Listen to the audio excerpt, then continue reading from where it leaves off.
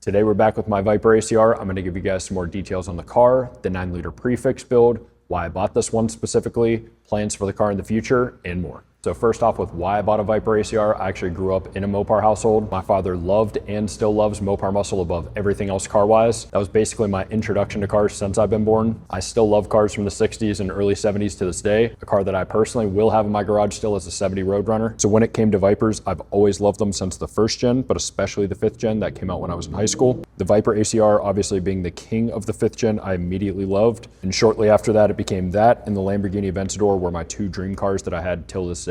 Over the past 5 or 6 years, I've had a Viper ACR on the radar this entire time, but the right one and right situation just never came about. And when I say the right one and right situation, I mean the right spec of the car, the right history. There's not too many things that went into it, but enough to where it had to be kind of the right situation. So a fan of the page reached out to me, an older gentleman in Southern California, had a private collection. This was one of the cars he was going to get rid of. He, messages me, see if we could hop on a call. We hop on a call. He's like, I know you say you buy anything. Would you have any interest in a 5th gen Viper ACR? And I was like, absolutely, 100%. Tell me everything you possibly can about it. So, we went over the spec of the car, his history, everything like that. And again, at this point, you might be asking, Joe, what are the, specifics of why this one and, what are you really searching for? It came down to a few things in no particular order here, but miles was one of them. I didn't want a car that was like a wrapper car that was, 20, 30, 40 miles, never seen the road, gonna devalue it when you drive it. That was not what I wanted. On the same flip side of that, I didn't want a 15, 20, 30K mile car. I didn't want a tracked car, something that was a previous, big build car, anything like that. So this one here had 6,000 miles, perfect happy medium, was fine with that. Next to the spec of the car, again, there's really no bad way to do a Viper. However, there are a couple preferences that I had. The first thing is full interior and exterior carbon fiber on the car. There are ways of doing these where you basically have none or very little interior carbon fiber. This has all of it. Same thing with the exterior. I wanted full exposed carbon in every place that I can. This one does. When it came to the color combination, again, there's plenty of great ones and others that I definitely would have loved to have as well. However, I wasn't spending $500,000, $600,000, $700,000 on like a one-off car or anything like that. This is one of my favorite factory specs this exact way. So the fact that this was one of them worked out perfect. Next is the history on the car. I didn't want something that was, previously tracked all the time or bad Carfax. With all of those things being checked, this was the one.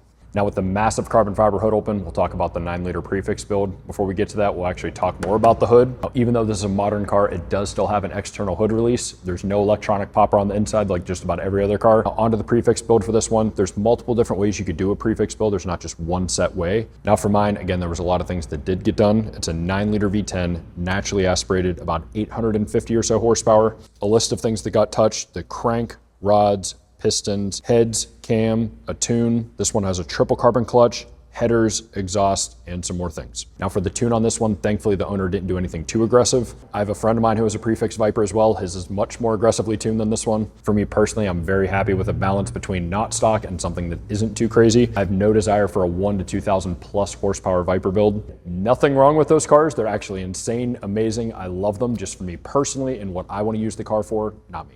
Another thing about the tune as well, this car's running on 93, nothing crazy. One of my favorite things, again, you open up the hood, you see all this carbon fiber in the engine bay, Viper on each cover, and the snake logo on the crossbar. Also very cool and unique that it's a front clamshell. Get to see the tires and wheels fully exposed, all the mechanical components. Also might sound like a random detail, but the way this cam sounds on the car, as well as the smell of the exhaust, two of my favorite things, again, going back to how I was growing up. But one of those cars that'll make you smile every time you turn it on. Lastly, we'll talk about some things that I planned for the car. I've gotten a lot of questions about this so far. Honestly, just about nothing, and of these two things, I might not do either. First thing, I might put the factory wheels back on. This came with 3 sets of wheels. First, these bronze HREs, I do like them. Think it works well with the car, not 100% on them. Came with the factory brass monkey wheels, which again, similar finish. And then it also came with the factory black wheels. I think those are the ones that I might put back on. We'll see, haven't decided, but again, I'm 50-50 on it. The second thing, and again, this is a big maybe, I might wrap the car. Now I love the spec, like I said, it's one of my top 3 favorite ways the car came from the factory. However, there is a way that I might prefer slightly above this, and that was a voodoo blue car that got produced. There was actually a couple that got produced, I believe.